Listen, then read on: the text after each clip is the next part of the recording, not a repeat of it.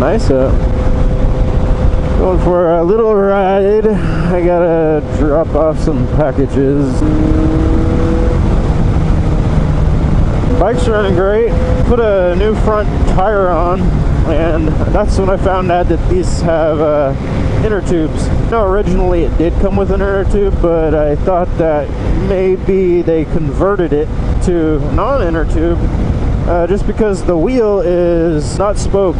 I installed a oil cooler, and that actually brought the bike down 30 degrees before I'd have to pull over.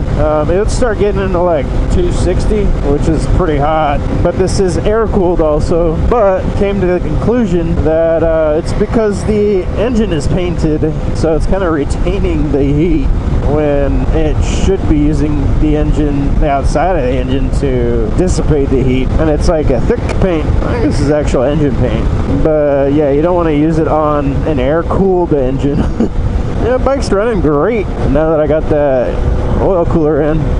So it stays right at the middle, which I would say is probably 230. Takes a little bit to warm up. I've probably been riding for 25 minutes.